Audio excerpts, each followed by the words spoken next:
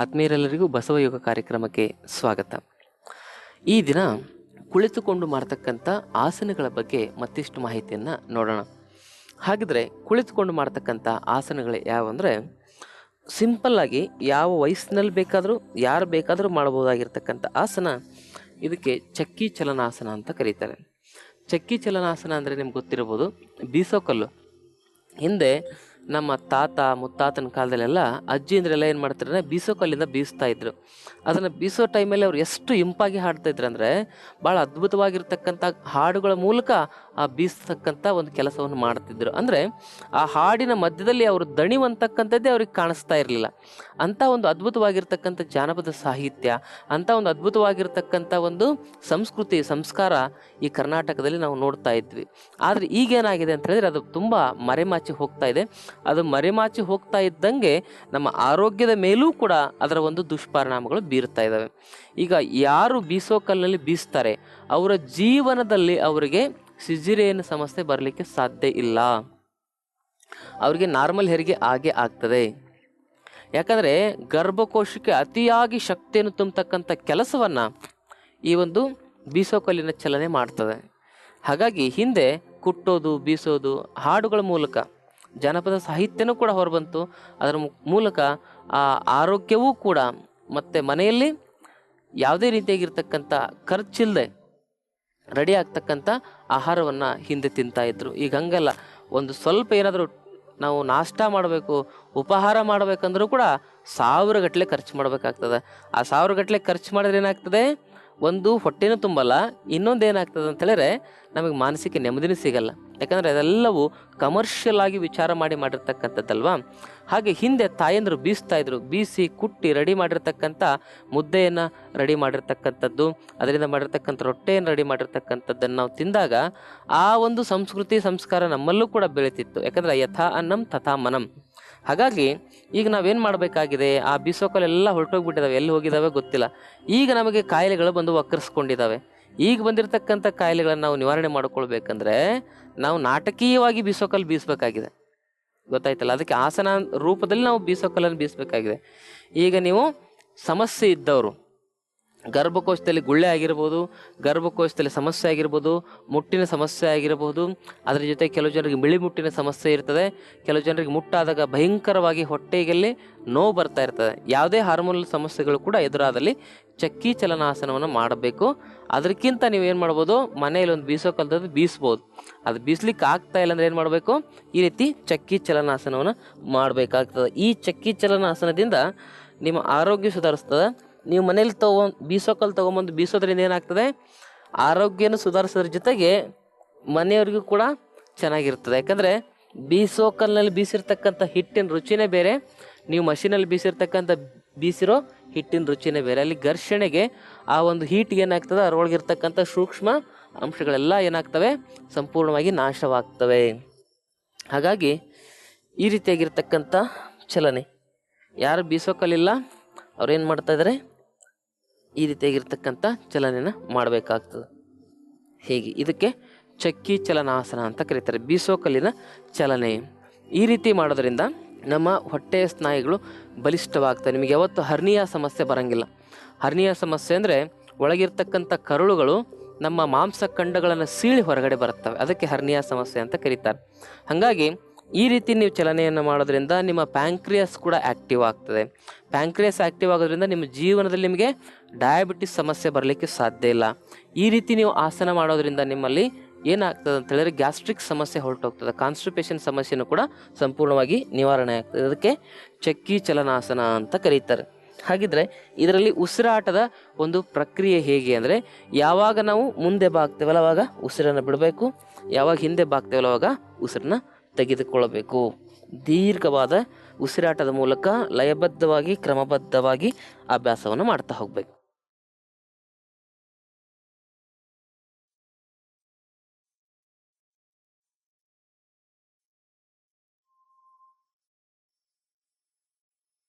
ಅವಾಗೇನು ಹೇಳ್ತಿದ್ದಾರೆ ಅಂದರೆ, ಕುಟ್ಟೋದು ಕುಸಿ ಬಾಳ, ಬೀಸೋದು ಬಿಗಿ ಬಾಳ, ರೊಟ್ಟಿ ಮಾಡೋದು ತಗಬಾಳ ಅಂತ ಹಾಡು ಹೇಳ್ತಾ ಹೇಳ್ತಾ ಹೇಳ್ತಾ ಬೀಸ್ತಕ್ಕಂಥ ಕೆಲಸವನ್ನು, ಕುಟ್ತಕ್ಕಂಥ ಕೆಲಸವನ್ನು ಮಾಡ್ತಾಯಿದ್ರು. ಆವಾಗ ಹಿಂದೆ ಅಕ್ಕಿ, ರಾಗಿ, ಜೋಳ ಕುಟ್ಟಿದರೆ ಹೆಣ್ಮಕ್ಳು, ಈಗಿನ ಹೆಣ್ಮಕ್ಳು ಗಂಡನ ತಲೆ ಕುಟ್ತಾ ಇದ್ದಾರೆ. ಹಾಗಾಗಿ ಈ ರೀತಿ ಸಮಸ್ಯೆಗಳು ಜಾಸ್ತಿ ಆಗ್ತಾ ಇರ್ತಕ್ಕಂಥದ್ದು. ಗಂಡಸರು ಕೂಡ ಅಷ್ಟೇ, ಮನೆಯಲ್ಲಿ ಬಂದು ಏನು ಮಾಡ್ತಿದ್ರು, ಮನೆ ಕೆಲಸಗಳನ್ನು ಮಾಡ್ತಿದ್ರು. ಈಗಿನ ಗಂಡಸರು 6 ಗಂಟೆ ಆದರೆ ಬೇರೆ ಕೆಲಸವನ್ನು ಮಾಡ್ಲಿಕ್ಕೆ ಶುರು ಮಾಡ್ತಾರೆ.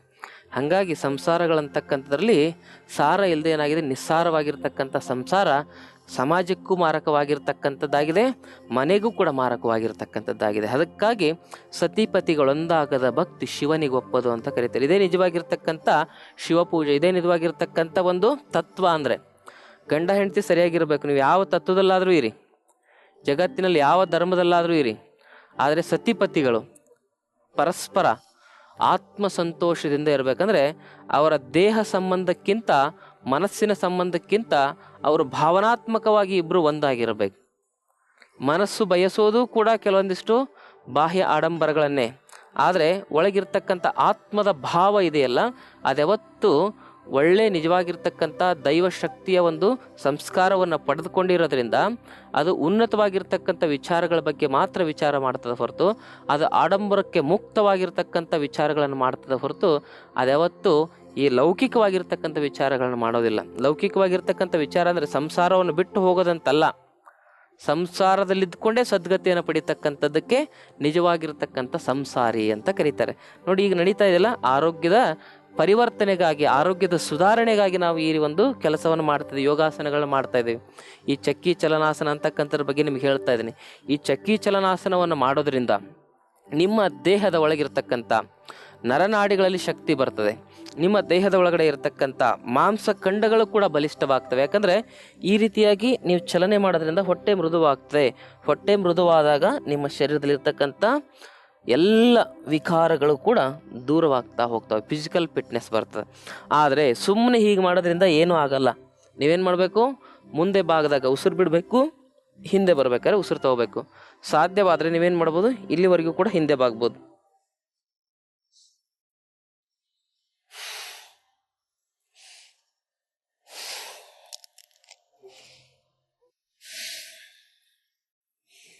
ಈ ರೀತಿ ಕ್ಲಾಕ್ ವೈಸ್ 20 ಬಾರಿ ಮಾಡಿದರೆ ಅದರ ವಿರುದ್ಧ ದಿಕ್ಕಿನಲ್ಲೂ ಕೂಡ 20 ಬಾರಿ ಅಭ್ಯಾಸ ಮಾಡಬೇಕು.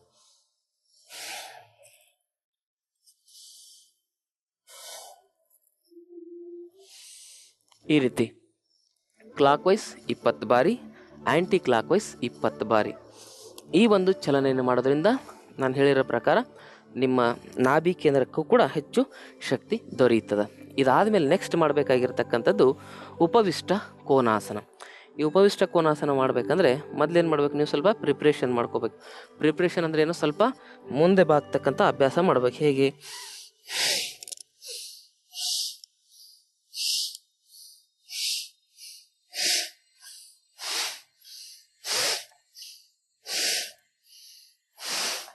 ಹೀಗೆ ನೀವು ನಿಧಾನವಾಗಿ ಅಭ್ಯಾಸ ಮಾಡ್ತಾ ಹೋಗಬೇಕು.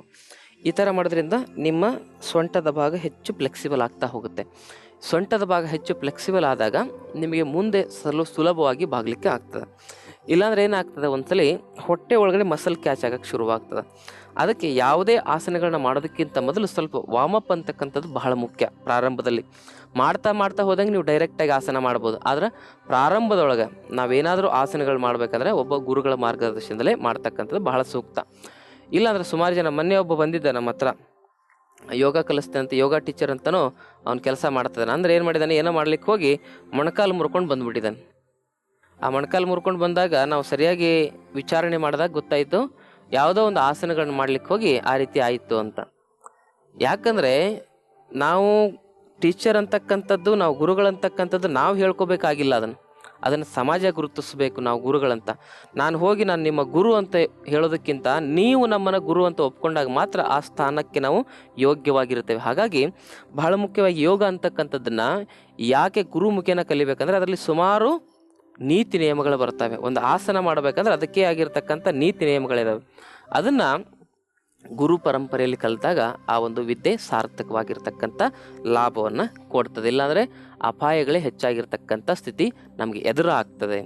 ಹಾಗಾಗಿ ಈ ಒಂದು ಉಪವಿಷ್ಟ ಕೋನಾಸನವನ್ನು ನಾವು ಮಾಡಬೇಕಂದ್ರೆ ಅದಕ್ಕಿಂತ ಮೊದಲಾಗಿ ನಾವು ಈ ರೀತಿ ನಮ್ಮ ಶರೀರವನ್ನು ವಾರ್ಮ್ ಅಪ್ ಮಾಡಿಕೊಂಡಿರಬೇಕು. ಅದಕ್ಕೆ ಏನು ಮಾಡಬೇಕಂದ್ರೆ ಸ್ವಲ್ಪ ನೀವು ಒಂದು 5ರಿಂದ 10 ಬಾರಿ ಈ ರೀತಿ ಮುಂದಿನ ಒಂದು ಕೈಗಳನ್ನು ಈ ರೀತಿ ಮುಂದೆ ಚಾಚ್ತಾ ಕೂಡ ನೀವು ಅಭ್ಯಾಸ ಮಾಡ್ಬೋದು. ಒಂದು 10ರಿಂದ 15 ಬಾರಿ ಕೂಡ ಇದನ್ನು ಮಾಡ್ಬೋದು. ಹೇಗೆ?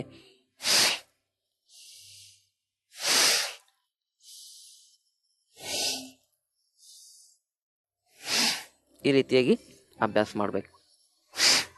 ಹೀಗೆ ಅದಕ್ಕೆ ಅರೆತರೆ ಶರಣ, ಮರೆತರೆ ಮರಣ ಅಂತ ಹೇಳ್ತಾರೆ. ಅರೆತರೆ ಶರಣ ಅಂದರೆ ಸದ್ಭಾವನೆಗಳುಳ್ಳತಕ್ಕಂಥ ಒಬ್ಬ ವ್ಯಕ್ತಿ ಆಗ್ತೇವೆ. ಸದ್ಭಾವನೆಗಳುಳ್ಳ ವ್ಯಕ್ತಿಗೆ ಶರಣ ಅಂತ ಕರೀತಾರೆ. ಮರಣ ಅಂದರೆ ಸಾಯೋದಷ್ಟೇ ಅಲ್ಲ, ಕೇವಲ ಉಸಿರಾಡಿದ್ರೆ ನಾವು ಬದುಕಿದ್ದೀವಿ ಅಂತ ಅರ್ಥ ಅಲ್ಲ. ನಾವು ಉಸಿರಾಡ್ತಕ್ಕಂಥ ಒಂದು ವಸ್ತುವಾಗಿದ್ದೇವೆ ಅಂತ ಅರ್ಥ. ನಮ್ಮ ಉಸಿರು ನಮ್ಮ ಬದುಕನ್ನು ಸೂಚಿಸಬಾರ್ದು. ನಾವು ಬದುಕಿರ್ತಕ್ಕಂಥ ಜೈವಿಕವಾಗಿರ್ತಕ್ಕಂಥ ಸ್ಥಿತಿಯಲ್ಲಿ ನಾವು ಬದುಕಿದ್ದೀವಿ ಅಂತ ತೋರಿಸಬಾರ್ದು. ನಮ್ಮ ಕೆಲಸಗಳ ಮೂಲಕ ನಾವು ಬದುಕಿದ್ದೀವಿ ಅಂತ ತೋರಿಸ್ಬೇಕು. ಈಗ ಕೆಲವು ಜನ ಇದ್ದಾರೆ, ಸಮಾಜದ ಯಾವುದೇ ರೀತಿಯಾಗಿರ್ತಕ್ಕಂಥ ಕಾಳಜಿ ಇಲ್ಲದೆ ಕೇವಲ ತಮ್ಮ ಸ್ವಾರ್ಥ ಸಾಧನೆಗಾಗಿ ತಾನು, ತನ್ನ ಮಗ, ತನ್ನ ಮೊಮ್ಮಗ, ಅವನ ಮೊಮ್ಮಗನಿಗೂ ಕೂಡ ವಿಚಾರ ಮಾಡ್ತಕ್ಕಂಥದ್ದಿದ್ದಾರೆ, ಗೊತ್ತಾಯ್ತಲ್ಲ. ಆದರೆ ಅಂಥವ್ರನ್ನ ನಾವು ಯಾವತ್ತೂ ಆದರ್ಶಪ್ರಾಯವಾಗಿ ಇಟ್ಕೊಳ್ಬಾರ್ದು. ನಾವು ಎಂಥವ್ರನ್ನ ಆದರ್ಶಪ್ರಾಯವಾಗಿ ಇಟ್ಕೋಬೇಕಂತ ಹೇಳಿದ್ರೆ, ದೇಶಕ್ಕೋಸ್ಕರ ಮನೆ ಮಠ ಸಂಸಾರಗಳನ್ನು ಬಿಟ್ಟು, ಮನೆಯನ್ನೇ ಬಿಟ್ಟು, ಸಂಸಾರವನ್ನೇ ಬಿಟ್ಟು ದೇಶ ಸೇವೆಯನ್ನೇ ಈಶ ಸೇವೆ ಅಂತ ತಿಳ್ಕೊಂಡಿರ್ತಕ್ಕಂಥವ್ರು ನಮ್ಮ ಆದರ್ಶ ಆಗಬೇಕು. ಹಾಗಾಗಿ ಮುಖ್ಯವಾಗಿ ನಾವು ತಿಳ್ಕೊಬೇಕಾಗಿರ್ತಕ್ಕಂಥದ್ದು ಏನು ಅಂದರೆ, ನಿಜವಾಗ್ಲೂ ನಾವು ಭೌತಿಕ ಆಡಂಬರಕ್ಕೆ ಯಾವತ್ತೂ ಸೋಲಬಾರ್ದು. ಭೌತಿಕ ಆಡಂಬರಕ್ಕೆ ಸೋಲಬಾರ್ದು ಅಂದರೆ ನಮ್ಮಲ್ಲಿ ಆ ಒಂದು ಸ್ಪಿರಿಚುವಲ್ ಥಾಟ್ಸ್ ಬರಬೇಕು. ಆ ಸ್ಪಿರಿಚುವಲ್ ಥಾಟ್ಸ್ ಗುರು ಮುಖೇನ ಮಾತ್ರ ಬರಲಿಕ್ಕೆ ಸಾಧ್ಯ. ಗುರು ಅಂತೇಳಿದ್ರೆ ಜಾತಿ ಧರ್ಮಕ್ಕೆ ಸೀಮಿತವಾದವನು ಗುರು ಅಲ್ಲ, ಅವನಿಗೆ ಜಾತಿಯ ಗುರು ಅನ್ಬೋದು. ಗುರು ಅಂತಕ್ಕಂಥ ಒಂದು ಪದ ಕತ್ತಲೆಯಿಂದ ಬೆಳಕಿಗೆ ಯಾರು ನಮ್ಮನ್ನು ಕರ್ಕೊಂಡು ಬರ್ತಾರಲ್ಲ ಅವರಿಗೆ ಗುರುಗಳಂತ ಕರೀತಾರೆ. ಹಾಗಾಗಿ ನಾನು ಹೇಳ್ತಕ್ಕಂಥದ್ದು ನನ್ನ ಕರ್ತವ್ಯ, ಅದನ್ನು ಕೇಳೋದು ಬಿಡೋದು ನಿಮ್ಮ ಮಾನಸಿಕ ಸ್ಥಿತಿಗೆ ಬಿಟ್ಟಿರ್ತಕ್ಕಂಥದ್ದು. ಈಗ ನಾವು ಹಾಗೆ ಮಾಡಿದಾಗ ನಾವು ಈಸಿಯಾಗಿ ಸುಲಭವಾಗಿ ಮುಂದೆ ಬಾಗ್ಬೋದು. ಈ 2 ಹೆಬ್ಬೆರಳುಗಳನ್ನ ಏನು ಮಾಡಬೇಕು, 2 ಕೈಗಳಿಂದ ಹಿಡ್ಕೋಬೇಕು. ಸಾಧ್ಯವಾದಷ್ಟು ಮುಂದೆ ನೋಡ್ತಾ ಹೋಗ್ಬೇಕು. ಮುಂದೆ ನೋಡ್ತಾ ನಿಧಾನವಾಗಿ, ಅಂದರೆ ಬೆನ್ನಿನ ಕೆಳಭಾಗದಿಂದ ನಾವು ಏನು ಮಾಡಬೇಕು, ಮುಂದೆ ಬಾಗಬೇಕು. ನಿಧಾನವಾಗಿ ಮುಂದೆ ಹೀಗೆ ಬಾಗ್ತಾ ಹೋಗ್ಬೇಕು. ಸಾಧ್ಯ ಆದರೆ ನೀವೇನು ಮಾಡಬೇಕು, ಮೊದಲು ಹಣೆಯನ್ನು ಸ್ಪರ್ಶ ಮಾಡಲಿಕ್ಕೆ ಪ್ರಯತ್ನ ಮಾಡಬೇಕು. ಹಣೆ ಆದಮೇಲೆ ಗದ್ದವನ್ನು ಸ್ಪರ್ಶ ಮಾಡಬೇಕು. ಹೀಗೆ ಹಂತ ಹಂತವಾಗಿ ಅಭ್ಯಾಸವನ್ನು ಮಾಡಬೇಕು. ಈ ರೀತಿ ಬೆಂಡ್ ಆದಾಗ ಸಾಧ್ಯವಾದಷ್ಟು ಸಮಯದ ಕಾಲ ನೀವಲ್ಲೇ ಕೆಳಗಡೆನೇ ಸ್ಟೇ ಮಾಡಲಿಕ್ಕೆ ಪ್ರಯತ್ನ ಮಾಡಬೇಕು.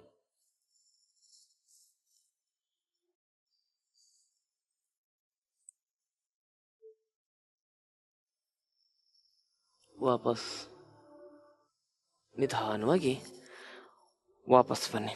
ಇದಕ್ಕೆ ಉಪವಿಷ್ಟ ಕೋನಾಸನ ಅಂತ ಕರೀತಾರೆ. ಇದರ ಇನ್ನೊಂದು ಆವೃತ್ತಿ ಹೇಗಿರ್ತದೆ ಅಂದರೆ, ನಿಧಾನವಾಗಿ ಈ ರೀತಿಯಾಗಿನೂ ಕೂಡ ಒಂದೊಂದು ಕಡೆಯೂ ಕೂಡ ಅಭ್ಯಾಸ ಮಾಡ್ಬೋದು.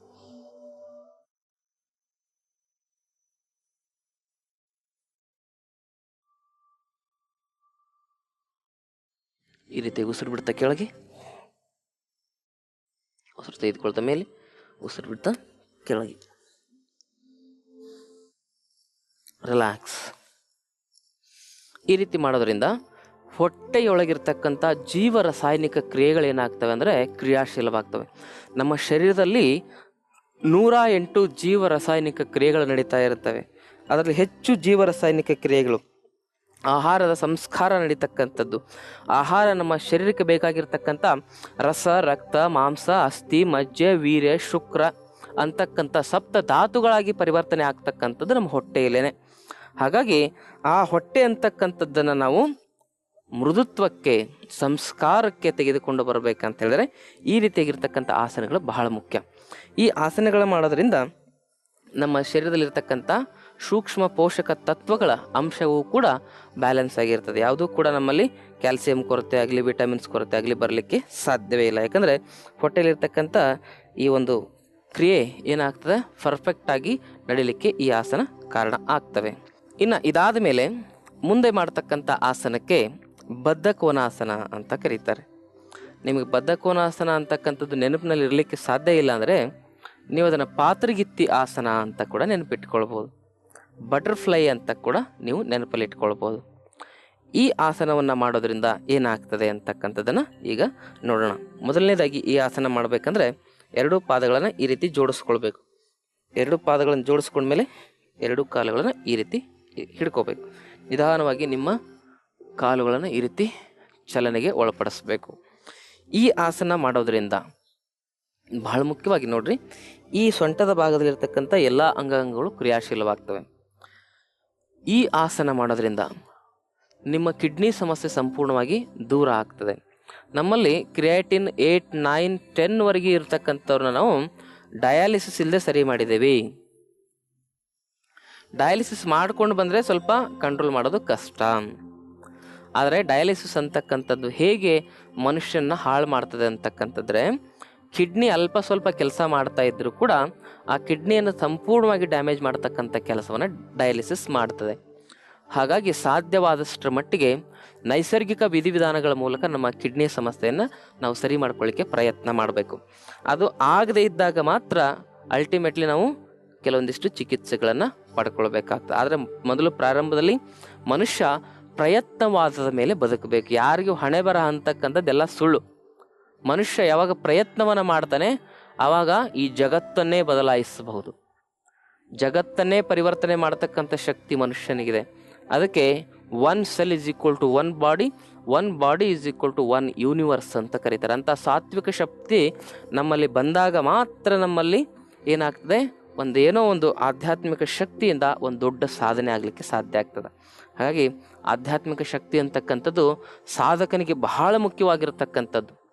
ಯಾವುದೇ ಒಬ್ಬ ವ್ಯಕ್ತಿ ದೊಡ್ಡ ಮಟ್ಟಿಗೆ ಬೆಳಿಬೇಕಂದ್ರೆ ಅವನಲ್ಲಿ ಆಧ್ಯಾತ್ಮಿಕ ಶಕ್ತಿ ಅಂತಕ್ಕಂಥದ್ದು ಕಾಣದೇನೆ ಅಗೋಚರವಾಗಿ ಕೆಲಸ ಮಾಡ್ತಾ ಇರ್ತದೆ. ಹಾಗಾಗಿ ನಮ್ಮ ಈ ಒಂದು ಆರೋಗ್ಯದ ಸಮಸ್ಯೆಗಳನ್ನು ನಾವು ನಿವಾರಣೆ ಮಾಡ್ಕೊಳ್ಳಿಕ್ಕಾಗಿ ಆ ಥರದ ಶಕ್ತಿಯನ್ನು ನಂಬಬೇಕಾಗ್ತದೆ. ಈ ಬಟರ್ಫ್ಲೈಯನ್ನು ಮಾಡೋದ್ರಿಂದ ಏನಾಗ್ತದೆ, ಈ ಸೊಂಟದ ಭಾಗದಲ್ಲಿರ್ತಕ್ಕಂಥ ಕೀಲುಗಳು ಕ್ರಿಯಾಶೀಲವಾಗ್ತಾ ಹೋಗ್ತವೆ. ಅದ್ರ ಜೊತೆಗೆ ನಿಮ್ಮ ಕಿಡ್ನಿ ಸಮಸ್ಯೆಯನ್ನು ನಿವಾರಣೆ ಮಾಡಿಕೊಳ್ಳೋದ್ರ ಜೊತೆಗೆ ಗರ್ಭಕೋಶಕ್ಕೆ ಬಂದಿರತಕ್ಕಂಥ ಸಮಸ್ಯೆಗಳು ಕೂಡ ಈ ಆಸನ ಮಾಡೋದ್ರಿಂದ ನಿವಾರಣೆ ಆಗ್ತವೆ. ಕೆಲವು ಜನರಿಗೆ ಬಲ್ಕಿ ಯೂಟ್ರಸ್ ಆಗಿರ್ತದೆ, ಅಂದರೆ ಗರ್ಭಕೋಶ ತನ್ನ ಜಾಗದಿಂದ ಬೇರೆ ಕಡೆಗೆ ಸರಿದಿರ್ತದೆ. ಆ ಒಂದು ಸಂದರ್ಭದಲ್ಲಿ ಈ ಆಸನವನ್ನು ಮಾಡಿಸಿ ಅವರ ಗರ್ಭಕೋಶ ಮತ್ತೆ ತನ್ನ ಜಾಗಕ್ಕೆ ಬರೋ ರೀತಿಯಲ್ಲಿ ಮಾಡಿರ್ತಕ್ಕಂಥ ಹಲವಾರು ಉದಾಹರಣೆಗಳು ನಮ್ಮ ಹತ್ರ ಇದ್ದಾವೆ. ನಾವಿಷ್ಟೆಲ್ಲ ಯಾಕೆ ಹೇಳ್ತಾ ಇದ್ದೀವಿ ಅಂದರೆ, ನೀವು ಮೋಸ ಹೋಗಬಾರ್ದು ಅಂತ. ನಮ್ಮ ದೇಶದಲ್ಲಿ 2 ದೊಡ್ಡ ಭೂತಗಳನ್ನು ನಾವು ನೋಡ್ತಾ ಇದ್ದೇವೆ. ಏನಂದರೆ, ಆರೋಗ್ಯದ ದೃಷ್ಟಿಯಿಂದ ನಮ್ಮನ್ನು ಮೋಸ ಮಾಡ್ತಾ ಇರ್ತಕ್ಕಂಥ ಭೂತವನ್ನು ನೋಡ್ತಾ ಇದ್ದೀವಿ, ಆಧ್ಯಾತ್ಮದ ದೃಷ್ಟಿಯಿಂದ ನಮ್ಮನ್ನು ಮೋಸ ಮಾಡ್ತಾ ಇರ್ತಕ್ಕಂಥ ಭೂತವನ್ನು ನೋಡ್ತಾ ಇದ್ದೀವಿ. ಮನುಷ್ಯನಿಗೆ ಆರೋಗ್ಯ ಆಧ್ಯಾತ್ಮ ಅಂತಕ್ಕಂಥದ್ದು ಬಹಳ ಮುಖ್ಯ. ಎಲ್ಲಿ ಆರೋಗ್ಯ ಇದೆ ಅಲ್ಲಿ ಆಧ್ಯಾತ್ಮ ಇರ್ತದೆ, ಎಲ್ಲಿ ಆಧ್ಯಾತ್ಮ ಇರ್ತದೆ ಅಲ್ಲಿ ಆರೋಗ್ಯ ಇರ್ತದೆ. ಆರೋಗ್ಯ ಮತ್ತು ಆಧ್ಯಾತ್ಮ ಎರಡೂ ಒಟ್ಟಿಗಿದ್ದಾಗ ಮನುಷ್ಯನ ಸಾಧನೆ ಅಂತಕ್ಕಂಥದ್ದು ಬಹಳ ಸುಲಭ ಆಗ್ತದೆ. ಹಾಗಾಗಿ ಈ ರೀತಿ ಮಾಡ್ತಾ ಹೋದರೆ ನಮ್ಮ ಗರ್ಭಕೋಶದ ಸಮಸ್ಯೆನೂ ಕೂಡ ನಿವಾರಣೆ ಆಗ್ತದೆ. ಗರ್ಭಕೋಶಕ್ಕೆ ಬಂದಿರತಕ್ಕಂಥ ಯಾವುದೇ ಸಮಸ್ಯೆ ಆಗಿರ್ಬೋದು, ಸಿಸ್ಟ್ ಆಗಿರ್ಬೋದು, ಗರ್ಭಕೋಶಕ್ಕೆ ಬಂದಿರತಕ್ಕಂಥ ಏನೇ ಒಂದು ಸ್ಟ್ರೆಂಥನಿಂಗಿಗೆ ಸಂಬಂಧಪಟ್ಟಿರ್ತಕ್ಕಂಥ ಸಮಸ್ಯೆ. ಯಾಕಂದರೆ ಈಗ ಮಹಿಳೆಯರು ಗರ್ಭಾವಸ್ಥೆಯನ್ನು ತಡಿಲಿಕ್ಕಾಗಿ ಕೆಲವಾರು ಗರ್ಭ ನಿರೋಧಕ ಮಾತ್ರೆಗಳನ್ನು ತೆಗೆದುಕೊಳ್ತಾ ಇದ್ದಾರೆ.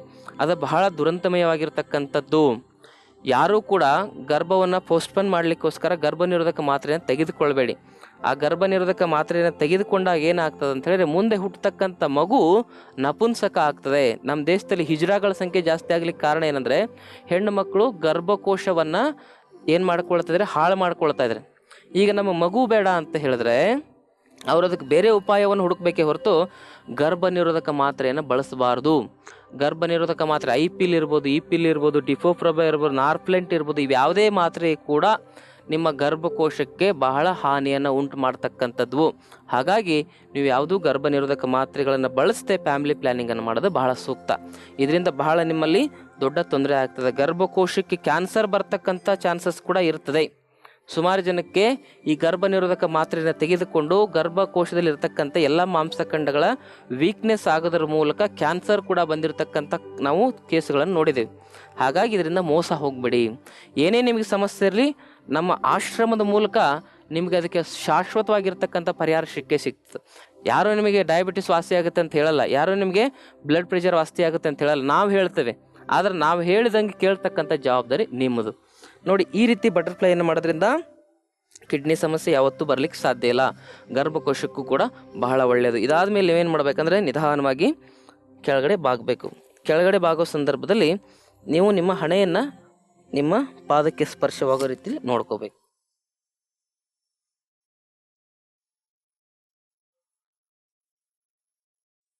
ಹೀಗೆ ನಮ್ಮ ಕಾಲಿಗೆ ನಾವೇ ನಮಸ್ಕಾರ ಮಾಡಿಕೊಂಡ್ರೆ ನಮಗಿರ್ತಕ್ಕಂಥ ಅಹಂಕಾರ ಆದರೂ ಕಡಿಮೆ ಆಗ್ತದೆ. ಹಾಗಾಗಿ ನೋಡಬೇಕು, ಕೆಲವು ಜನರಿಗೆ ಬಹಳ ಹೊಟ್ಟೆ ಮುಂದೆ ಬಂದಾಗ ಮುಂದೆ ಬಾಗ್ಲಿಕ್ಕಾಗಲ್ಲ. ಪ್ರತಿನಿತ್ಯವೂ ಕೂಡ ಈ ಪ್ರಯತ್ನವನ್ನು ಮಾಡ್ತಾ ಹೋದರೆ ನೀವು ಇದರಲ್ಲಿ ಸಕ್ಸಸ್ ಆಗ್ತೀರ.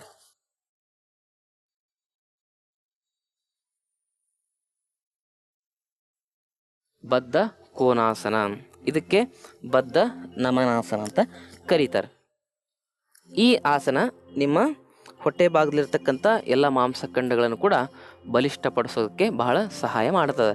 ಇನ್ನು ಮುಂದೆ ಇರತಕ್ಕಂಥ ಮತ್ತೊಂದು ಆಸನ ಯಾವುದಂತ ಹೇಳಿದ್ರೆ, ನೆಕ್ಸ್ಟು ಈ ಆಸನಕ್ಕೆ ಏನಂತ ಕರೀತಾರೆ ಅಂತ ಹೇಳಿದ್ರೆ ಪಾದ ಅಂಗುಷ್ಟಾಸನ ಅಂತ ಕರೀತಾರೆ. ನೋಡಿ ಹೇಗೆ ಮಾಡೋದಂದರೆ, ಎರಡು ಬೆರಳನ್ನ ಈ ರೀತಿ ಹಿಡ್ಕೋಬೇಕು.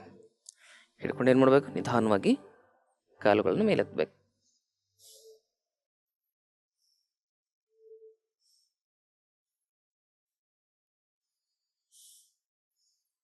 ವಾಪಸ್ ಕಾಲುಗಳ ಬೆರಳುಗಳನ್ನು ನೇರವಾಗಿ ಹಿಡಿದುಕೊಳ್ತಕ್ಕಂಥದ್ದು.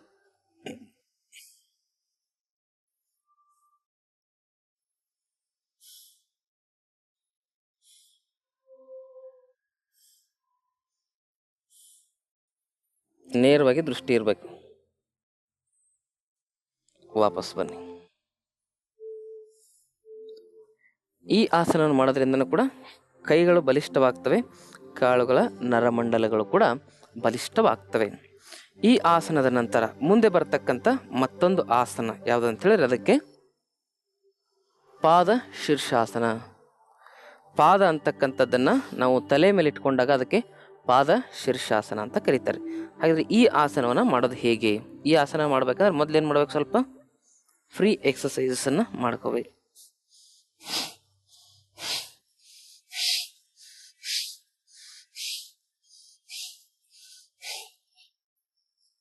ಈ ರೀತಿ ಮಾಡಿದ್ಮೇಲೆ ನಿಧಾನವಾಗಿ ನಿಮ್ಮ ಕಾಲನ್ನು ತಲೆ ಮೇಲೆ ತೆಗೆದುಕೊಂಡು ಹೋಗಬೇಕು.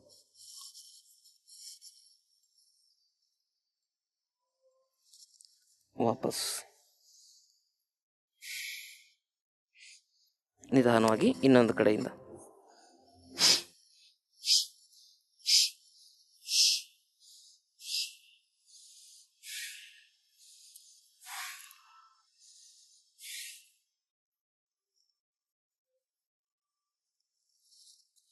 ವಾಪಸ್. ಇದಕ್ಕೆ ಪಾದ ಶೀರ್ಷಾಸನ ಅಂತ ಕರೀತಾರೆ. ಈ ಆಸನವನ್ನು ನೀವು ಮಾಡೋದ್ರಿಂದ ನಿಮ್ಮ ಜೀವನದಲ್ಲಿ ನಿಮಗೆ ಕರುಳುಗಳಿಗೆ ಸಂಬಂಧಪಟ್ಟಿರ್ತಕ್ಕಂಥ ಸಮಸ್ಯೆಗಳು ಬರಲ್ಲ. ಕರುಳುಗಳಲ್ಲಿ ಇರ್ತಕ್ಕಂಥ ಒಂದು ಟಾಕ್ಸಿಕ್ ಎಲ್ಲವೂ ಕೂಡ ಕಡಿಮೆ ಆಗ್ತದೆ. ಯಾಕಂದರೆ ನಮ್ಮ ಕರುಳುಗಳು 27 ಅಡಿ ಇರ್ತದೆ, ದೊಡ್ಡ ಕರುಳು ಸಣ್ಣ ಕರುಳು ಸೇರಿದರೆ. ಅದರಲ್ಲಿ ಬಹಳ ಹೊಲಸು ತುಂಬಿಕೊಂಡಿರ್ತದೆ.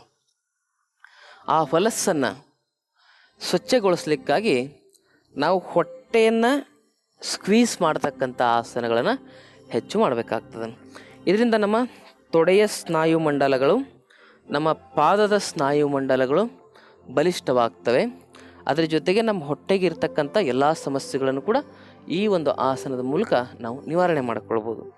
ಬರೀ ಆಸನವನ್ನು ಮಾಡಿದರೆ ಮಾತ್ರ ಸಮಸ್ಯೆಗಳು ಪರಿಹಾರ ಆಗಲ್ಲ. ಯಾಕಂದರೆ ನೀವು ಸರ್ಕಸ್ನಲ್ಲೂ ಕೂಡ ಮೈ ಬೆಂಡ್ ಮಾಡ್ತಕ್ಕಂಥದ್ದನ್ನು ನೋಡ್ಬೋದು. ಯೋಗ ಅಂದರೆ ಕೇವಲ ಮೈ ಕೈಯನ್ನು ಬೆಂಡ್ ಮಾಡ್ತಕ್ಕಂಥದ್ದು, ತಲೆ ಮೇಲೆ ನಿಲ್ತಕ್ಕಂಥದ್ದು, ಕೈ ಮೇಲೆ ನಡೀತಕ್ಕಂಥದ್ದು, ಇದು ಮಾತ್ರ ಯೋಗ ಅಲ್ಲ. ಯೋಗ ಅಂದರೆ ಜೀವನ ಶೈಲಿ. ನಿಮಗೆ ಕಾಲು ತಗೊಂಡು ಬಂದು ಇಲ್ಲಿ ಇಟ್ಕೊಳ್ಳಿಕ್ಕೆ ಆಗದೆ ಇದ್ದರೂ ಪರವಾಗಿಲ್ಲ, ಗೊತ್ತಾಯ್ತಲ್ಲ. ಆ ಕಾಲು ಅಲ್ಲಿಗೆ ಬರೋ ರೀತಿಯಲ್ಲಿ ನಿಮ್ಮ ಆಹಾರ ಶೈಲಿ, ಜೀವನ ಶೈಲಿ ಇರಬೇಕು. ಈಗ ನಿಮಗೆ ತೊಗೊಂಡು ಇಲ್ಲಿ ಇಟ್ಕೊಳ್ಳಿಕ್ಕಾಗಿಲ್ಲ ಅಂದರೆ ಅದು ನಿಮ್ಮ ಜಡತ್ವಕ್ಕೆ ಕಾರಣ ಆಗ್ತದೆ. ನಿಮ್ಮ ಜಡತ್ವ ಯಾಕೆ ಬಂದಿರ್ತದೆ ಶರೀರದಲ್ಲಿ ಅಂದರೆ ನೀವು ತಿಂತಾ ಇರ್ತಕ್ಕಂಥ ಆಹಾರ ಜಡವಾಗಿರ್ತದೆ. ನಾವು ಯಾವುದ್ಯಾವುದೋ ಆಹಾರವನ್ನು ತಿಂದು ಶರೀರವನ್ನು ಬಣಿಸ್ಲಿಕ್ಕೆ ಸಾಧ್ಯವಾಗಲ್ಲ. ಹಾಗಾಗಿ ಆಹಾರದ ಒಂದು ಪ್ರತಿರೂಪವೇ ನಮ್ಮ ಶರೀರ. ನಾವು ಶರೀರವನ್ನು ಮೃದುವಾಗಿ ಇಟ್ಕೊಳ್ಬೇಕಂದ್ರೆ ಸಾತ್ವಿಕವಾಗಿರ್ತಕ್ಕಂಥ ಆಹಾರವನ್ನು ತಿಂದರೆ ಮಾತ್ರ ಸಾಧ್ಯ ಆಗ್ತದೆ.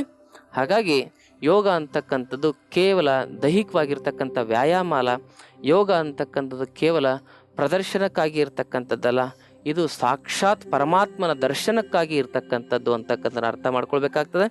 ಈ ರೀತಿಯಾಗಿರ್ತಕ್ಕಂಥ ಕುಳಿತುಕೊಂಡು ಮಾಡ್ತಕ್ಕಂಥ ಆಸನಗಳು ನಿಮ್ಮ ಶರೀರದಲ್ಲಿ ಇಷ್ಟೊಂದು ಆರೋಗ್ಯವನ್ನು ತರ್ತಕ್ಕಂಥ ಕೆಲಸವನ್ನು ಮಾಡ್ತವೆ.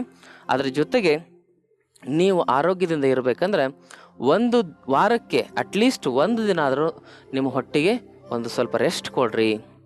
ಒಂದು ಸ್ವಲ್ಪ ರೆಸ್ಟ್ ಮಾಡ್ಬೇಕು ನಿಮ್ಮ ಹೊಟ್ಟೆಗೆ. ಹುಟ್ಟಿದಾಗಲಿಂದ ಇಲ್ಲಿವರೆಗೂ ರೆಸ್ಟೇ ಇಲ್ಲ ಹೊಟ್ಟೆಗೆ, ಹಾಗೆ ತುಂಬ್ತಾನೇ ಇದೀವಿ ನಾವು. ಹಾಗಾಗಿ ಒಂದು ವಾರಕ್ಕೆ ಒಂದು ರೆಸ್ಟ್ ಹೊಟ್ಟೆಗೆ. ಆ ರೆಸ್ಟ್ ಇರೋ ದಿವಸ ಏನು ಮಾಡ್ಬೇಕಂದ್ರೆ ಅದಕ್ಕೆ ಮಜ್ಜಿಗೆ ಕೊಡ್ಬೋದು. ಯಾಕಂದ್ರೆ ನಿರಾಹಾರ ನಿರ್ಜಲ ಉಪವಾಸ ಮಾಡ್ತಕ್ಕಂಥದ್ದು ಬಹಳ ತೊಂದರೆಯನ್ನು ಮಾಡ್ತದೆ. ಹಾಗಾಗಿ ನಿಮ್ಮ ಆರೋಗ್ಯ ಚೆನ್ನಾಗಿರ್ಬೇಕಾದ್ರೆ ನೀರು ಕುಡ್ಕೊಂಡು ನೀವು ಉಪವಾಸ ಮಾಡ್ಬೋದು. ಅದರ ಜೊತೆಗೆ ದ್ರವರೂಪದ ಆಹಾರ ಮಜ್ಜಿಗೆ ಕುಡಿಬೋದು. ಹಣ್ಣಿನ ಒಂದು ರಸವನ್ನು ಕುಡ್ಕೊಂಡು ನೀವು ಈ ಒಂದು ಫಾಸ್ಟಿಂಗನ್ನು ಉಪವಾಸವನ್ನು ಮಾಡ್ಬೋದು.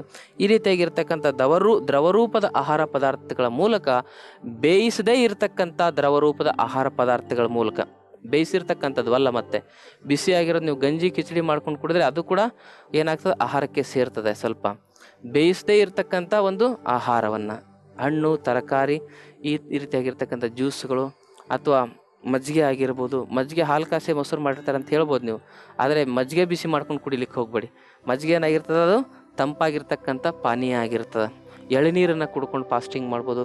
ಅಥವಾ ಜೇನುತುಪ್ಪ ಮತ್ತು ಅದರೊಳಗಡೆ ನಿಂಬೆಹಣ್ಣಿನ ರಸ ಹಿಂಡ್ಕೊಂಡು ಅದನ್ನು ಕೂಡ ನೀವು ಬೆಳಗ್ಗೆಯಿಂದ ಸಂಜೆವರೆಗೆ ಕುಡ್ಕೊಂಡು ನೀವು ಫಾಸ್ಟಿಂಗ್ ಮಾಡ್ಬೋದು. ಆದರೆ ಒಂದು ನೆನಪಿಟ್ಕೊಳ್ಳಿ, ನೀವು ಆ ಜೇನುತುಪ್ಪ ತರ್ತಿರಲ್ಲ, ಅದು ಸಕ್ಕರೆ ನೀರ ಅಥವಾ ನಿಜವಾಗಿರ್ತಕ್ಕಂಥ ಜೇನುತುಪ್ಪನ ಅಂತಕ್ಕಂಥದ್ದನ್ನು ಯೋಚನೆ ಮಾಡ್ಕೊಂಡು ನೀವು ಆ ಜೇನುತುಪ್ಪವನ್ನು ತೆಗೆದುಕೊಂಡು ಫಾಸ್ಟಿಂಗ್ ಮಾಡ್ಬೋದು ಅಂತಕ್ಕಂಥ ಮಾತನ್ನು ಹೇಳ್ತಾ, ವಾರಕ್ಕೆ ಒಂದು ಉಪವಾಸ ಮಾಡೋರಿಗೆ ಜೀವನದುದ್ದಕ್ಕೂ ಕಾಯಿಲೆಗಳು ಬರಲಿಕ್ಕೆ ಸಾಧ್ಯನೇ ಇಲ್ಲ ಅಂತಕ್ಕಂಥದ್ದು ನಾವು ಪ್ರಾಕ್ಟಿಕಲ್ ಆಗಿ ಮಾಡಿ ಅನುಭವಿಸಿ ನಿಮಗೆ ಹೇಳ್ತಾ ಇರತಕ್ಕಂಥದ್ದು.